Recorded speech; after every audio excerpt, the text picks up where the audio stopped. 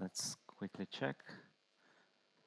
Hi everyone, great to be here. I'm Metodi, and today we'll talk about a real-time interoperable use case in the DeFi realm.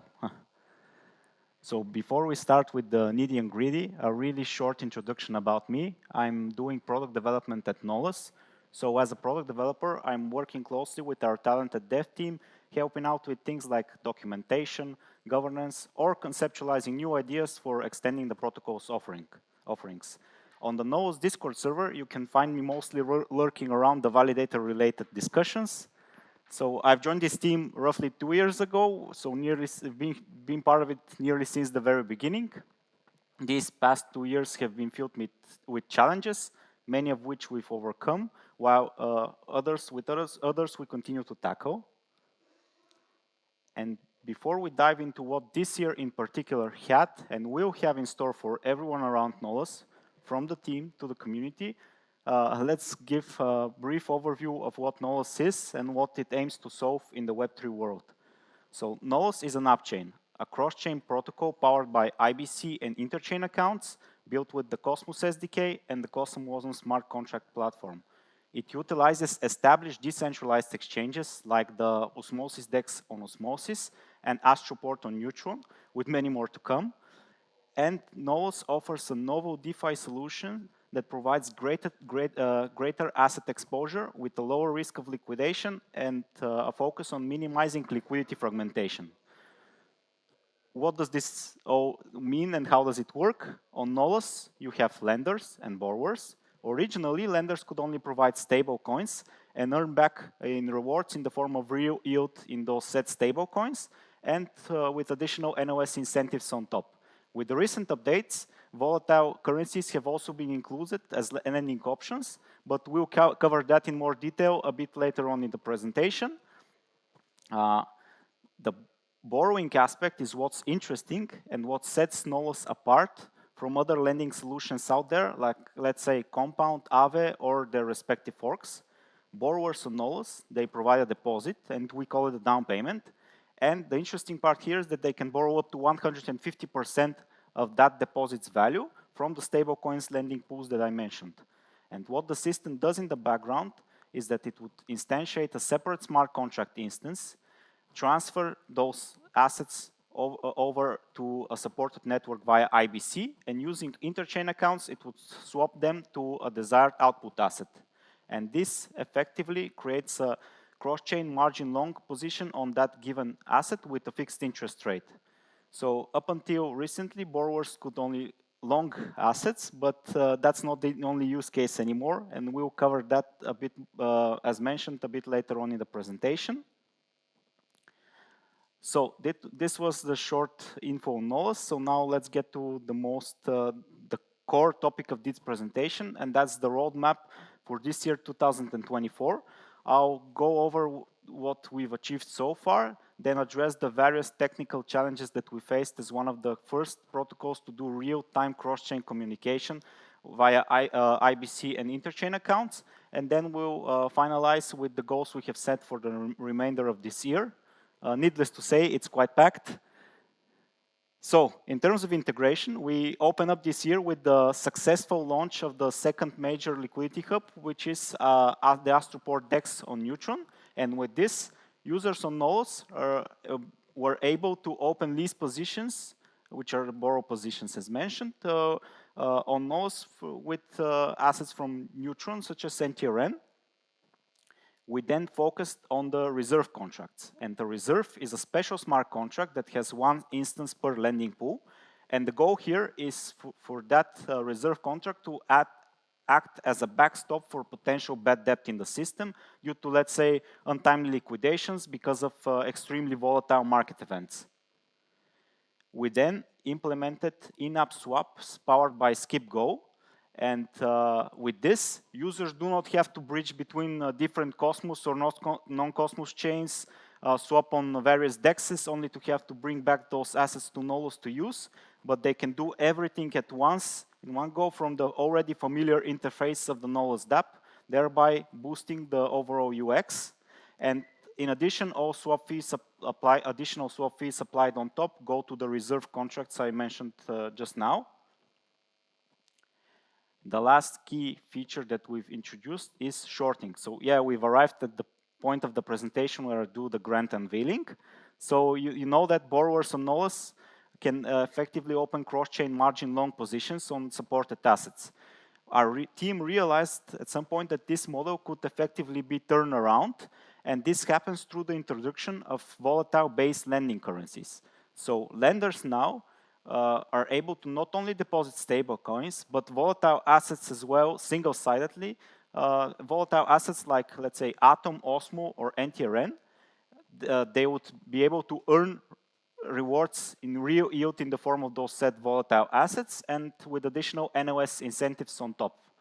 Pretty familiar. So the borrowing side, for the borrowers, they can now open cross-chain margin short positions, which means that they again provide a deposit, take out a loan of up to 150% of that deposit's value from the new volatile base lending pools, and the system would simply transfer those over to a supported DEX via IBC and again swap them via ICA, but only this time to USDC. So now, effectively, when the price of the loaned asset drops, the borrowers need less USDC to pay back their debt, effectively banking in the rest as profit.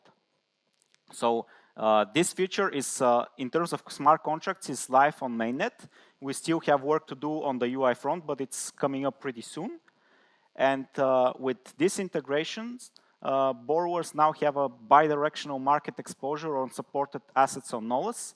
And this paves the way to introducing new complex DeFi strategies. And we're really looking forward to seeing what the community will come up with.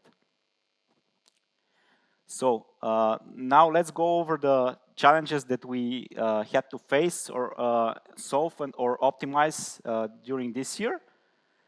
And for that, let us familiarize ourselves a bit more with the structure of a DeFi lease.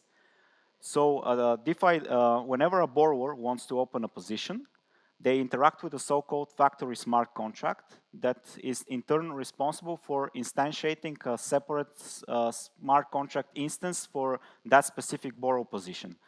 And that smart contract instance does the heavy lifting for the user, meaning it gathers both the deposit by the borrower and the loan by the system, registers a separate interchain account on the corresponding host or destination chain, transfers over the assets via IBC, and then does the swap via ICA on that chain.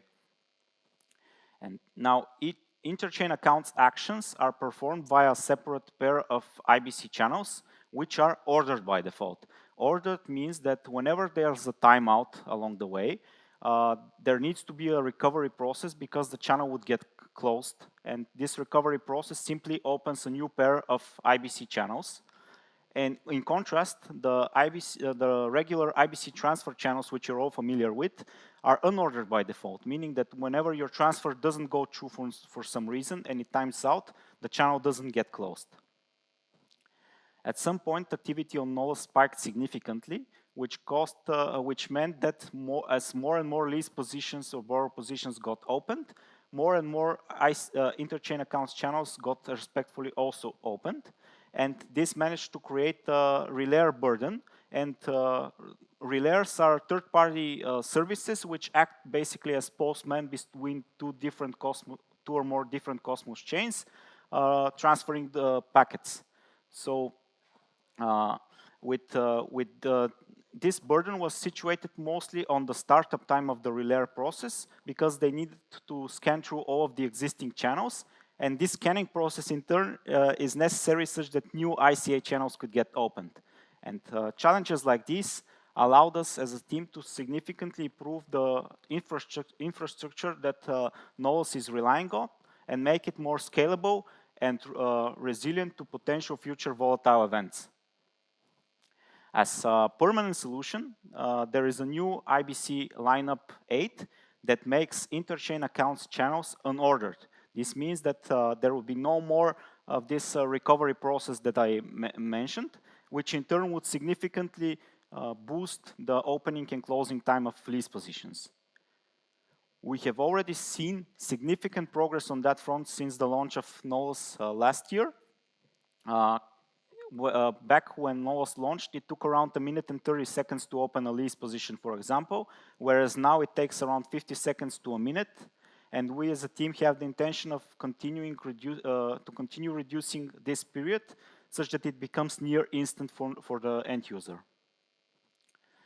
We have also proposed and collaborated on the idea of IBC multiplexing with the IBC team. And this solution basically would mean that multiple interchain accounts would be able to use a single unordered channel, and this would effectively eliminate the relay burden I was referring to earlier, while still keeping the independence of the borrow positions as they are now, since they would have separate interchain accounts. So now that we went over the challenges, let us have a look at what awaits later on in the year. The next big feature that we're working on is called the Nolus Watcher. So the goal of the Nolus Watcher is to enhance the user experience with strategies and machine learning powered functionalities. The goal is to offer maximum convenience by abstracting away complexity as much as possible from the end users. And think of this as a completely optional assistant. You can either rely on it or not.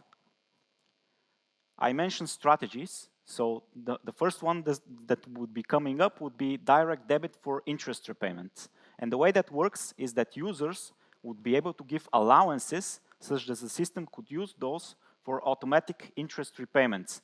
Currently, interest on lease positions is due once every 18 days.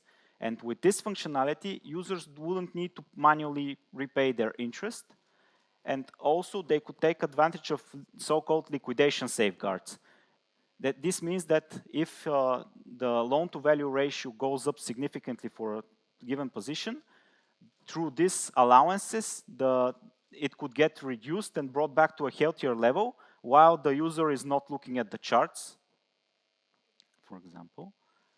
And our team of data scientists is also working on a statistical data companion to assist users in analyzing market trends, which would be especially useful before a given user opens a long or short on a given asset. Last but not least, we are looking forward to bringing out Project X. And Project X is a scaling solution that aims to extend the current model of Nolus to the EVM, Solana VM, and other out VM environments. And the goal is to do so using trust-minimized cross-chain technologies without the need to rewrite the entire code base in another smart contract language, let's say Solidity, and they have to deploy it on those set chains only to cause liquidity fragmentation, which we're already trying to minimize. And with this, users on Nolus would gain access to many assets tied to different ecosystems with deep liquidity pools, while taking advantage of the powerful features of Nolus, such as greater exposure with a lower risk of liquidation. So there's been a lot to unpack in this presentation. To sum up, Nolus is highly committed to advancing DeFi through interoperable and scalable technologies. We're looking forward to continue collaborating with the IBC team on extending the existing ICA functionality. There is also constant ongoing development of user-centric features and strategies. Note the Nolus Watcher that I presented a bit earlier. Also, our dev team is actively researching new avenues for expanding the protocol. And on that note, there is a current ongoing ideathon with Dora Hacks that aims to bring Nolus beyond Cosmos. It's running, I believe, until the end of September. So it perfectly aligns with our research and development efforts on that front. This was everything from my side. Thank you a lot for the attention, and do not forget to follow us on our socials and join in the discussions yourself. We value user feedback a lot, and we are constantly aiming to improve on that front.